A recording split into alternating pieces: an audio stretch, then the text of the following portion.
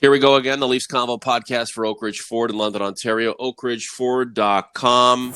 I'm Norm, along with Mike. It is Sunday, February 14th, 2021. Happy Valentine's Day, OGs and converts. Are the Leafs happy after their effort against the Canadiens Saturday night? They lost 2-1 to les habitants, les rats.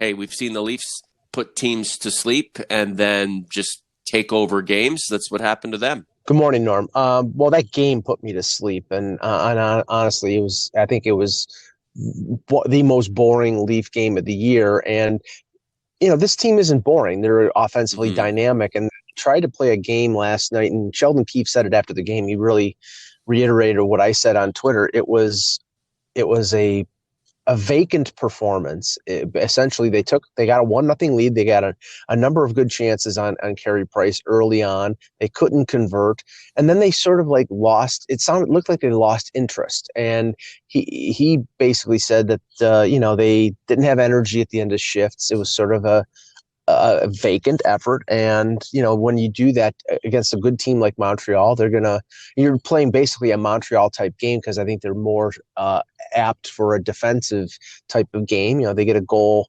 from Toffoli in the third period to tie it, and then the king rat Brenda Gallagher scores on a deflection. And so is it reason for panic? Of course not. The team is playing great. It would have been nice to open up a 7-point lead on Montreal, and now it's down to 3. But again, it just was not the Leafs night, and I think it's the type of performance that they won't repeat. Now, coming off a 4-game win streak, the Leafs did this type of thing to the Canucks about a week ago.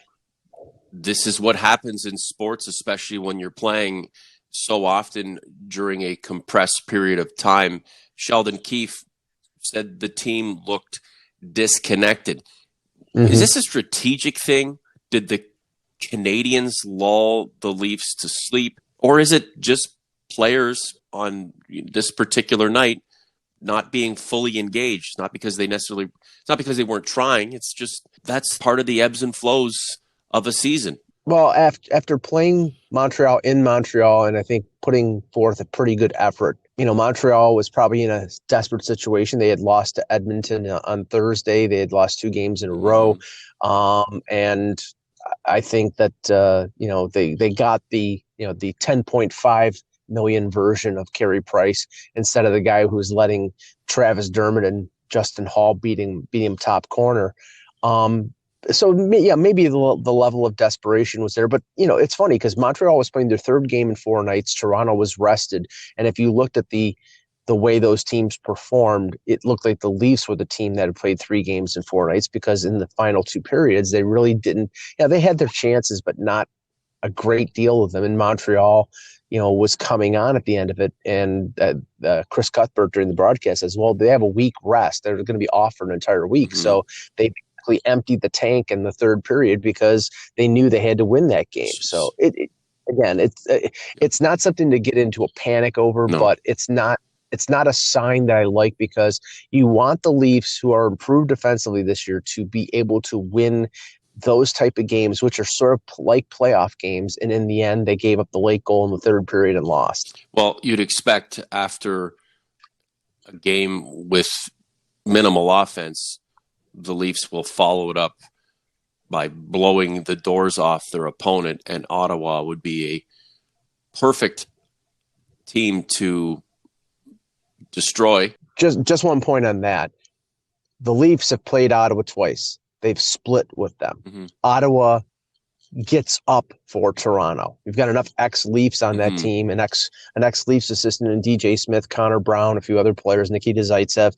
They're going to be up for that. For that, and they played them 3 games in a row in Toronto, and Ottawa went into Winnipeg and beat them 2-1 on a late Brady Tkachuk goal, I think. So yeah, yes, they should beat Ottawa 3 games in a row, and yes, they beat Vancouver 3 games in a row, but Vancouver's not going to lay down for them, so we'll see. So the Leafs fell asleep in the 3rd period against the Habs. You're saying they better not sleep on Ottawa. Don't we always do that?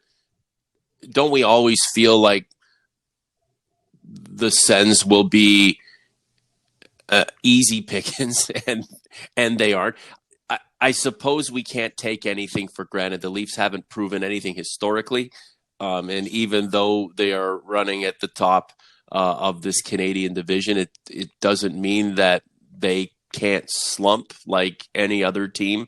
Perhaps Vancouver and its shitty situation right now is an indicator of the types of situations other teams in the division will have as the season progresses. And the Leafs aren't immune to slumping or negative things happening for them. So you're right, Mike.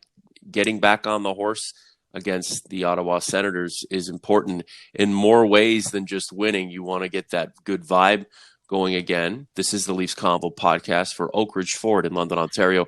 OakRidgeFord.com, Norm in London, Mike in Buffalo. You are wherever you are, and we appreciate you being here with us on the Leafs Convo, heard on every podcast platform there is, and then, of course, the mothership, youtube.com/the Leafs Convo. It's the channel.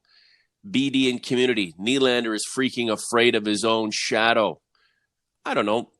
William is not putting up too many points right now. We do know that he's a streaky player, but there are others like Willie who aren't necessarily producing right now who you wish would, especially since guys like Matthews and Marner are doing what they have to do, but you can't expect them to carry the offensive load night in and night out.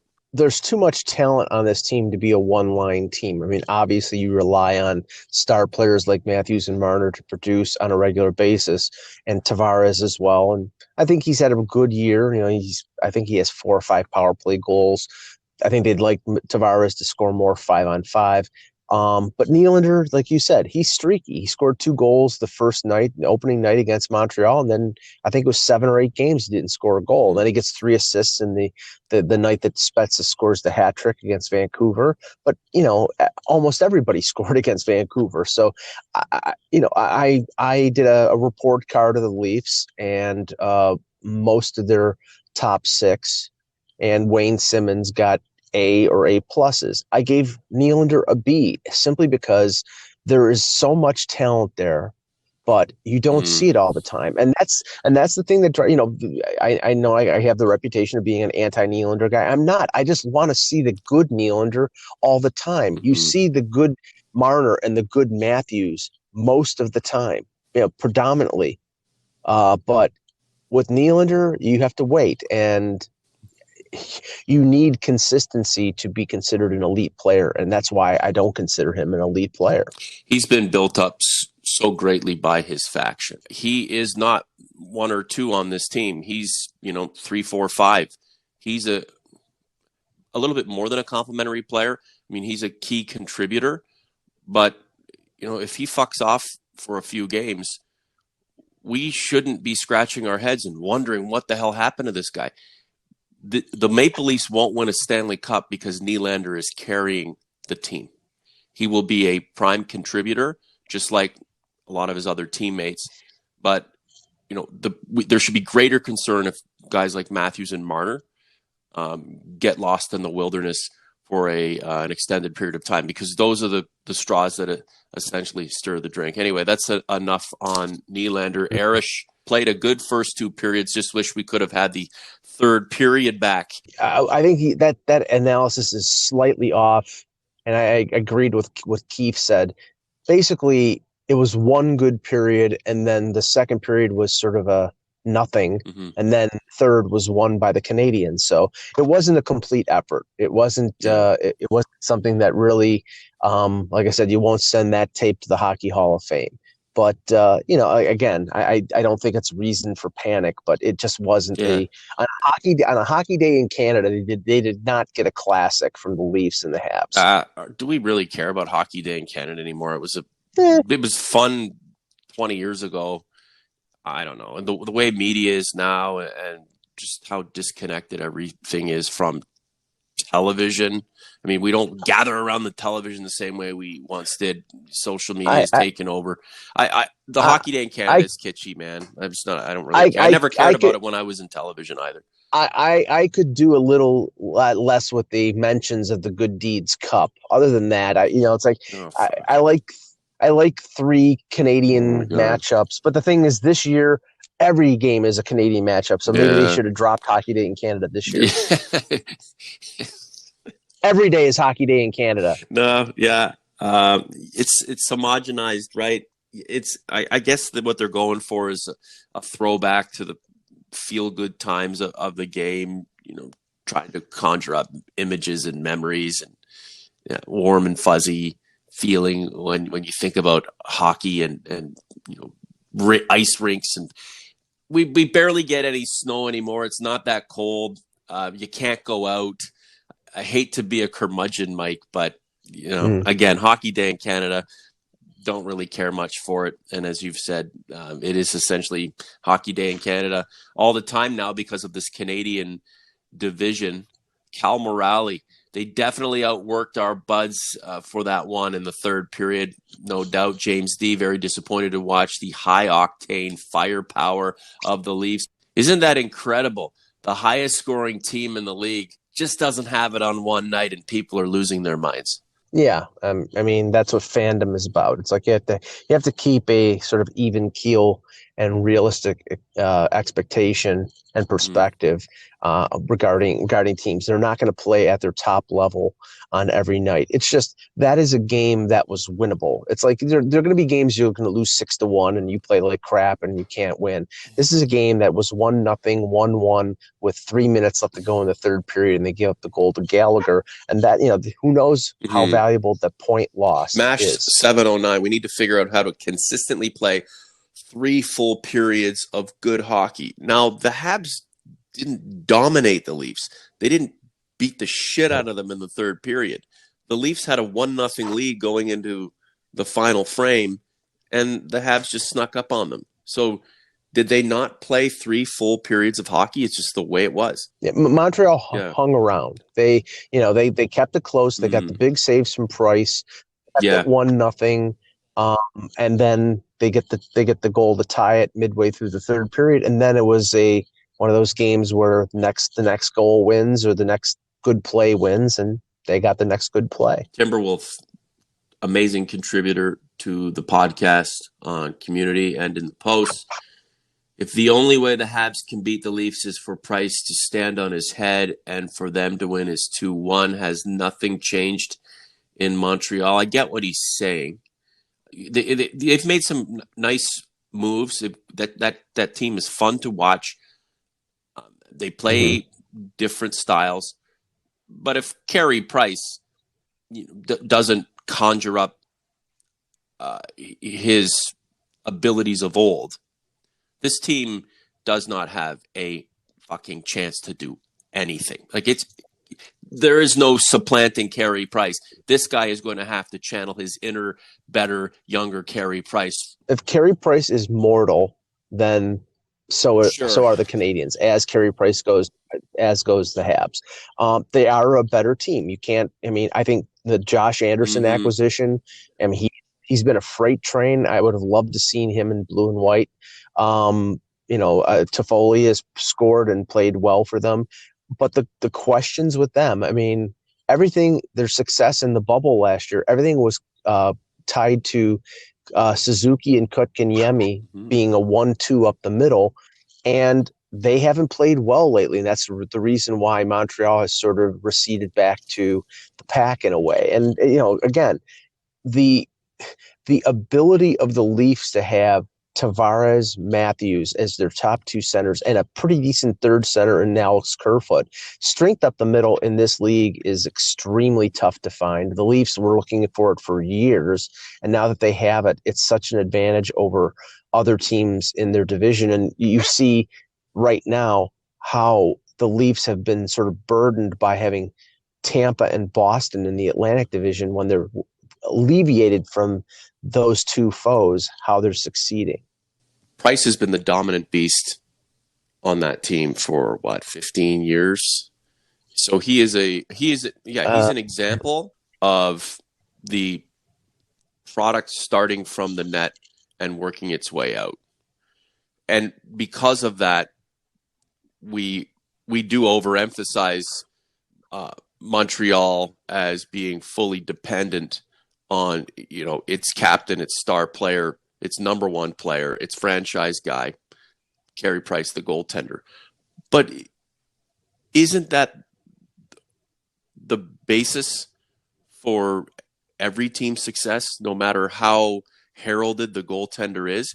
If the goalie isn't playing just as well or better than the rest of his team, you really don't have a chance, no matter whether you have a Hart winner between the pipes or just some guy. Your goaltender has to be on point to get anything done. There's more of an emphasis for Montreal because he's making $10.5 million.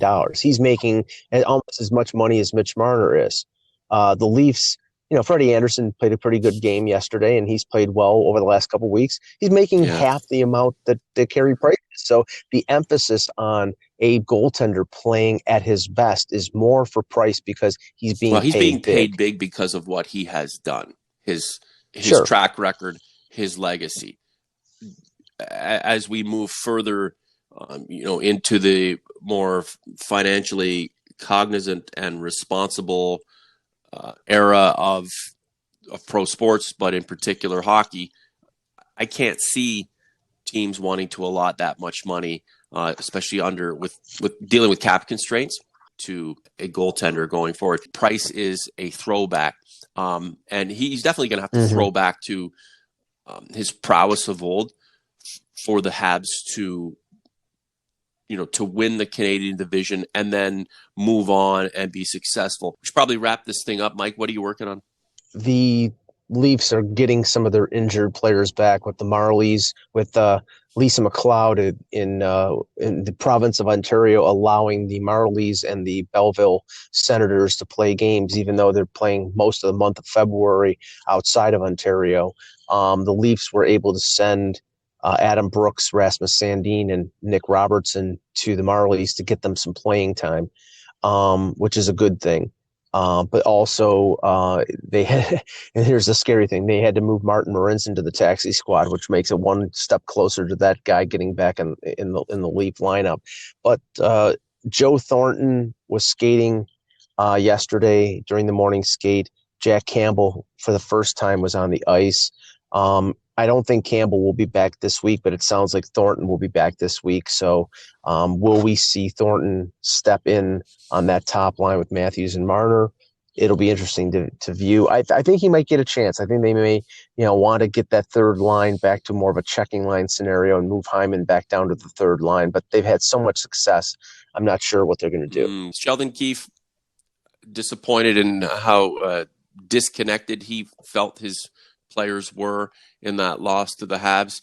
Hey, it wasn't the worst thing we've ever seen, certainly not the best, but the beat goes on, and there's a ton of games in a compressed time frame. One of the 7 in Canada may win the Stanley Cup, and you can guarantee they're not going to look like Stanley Cup winners night in and night out. It's just all part of the process, and I'm looking forward to seeing what the Leafs can do for us next. Michael, thank you so much for your time.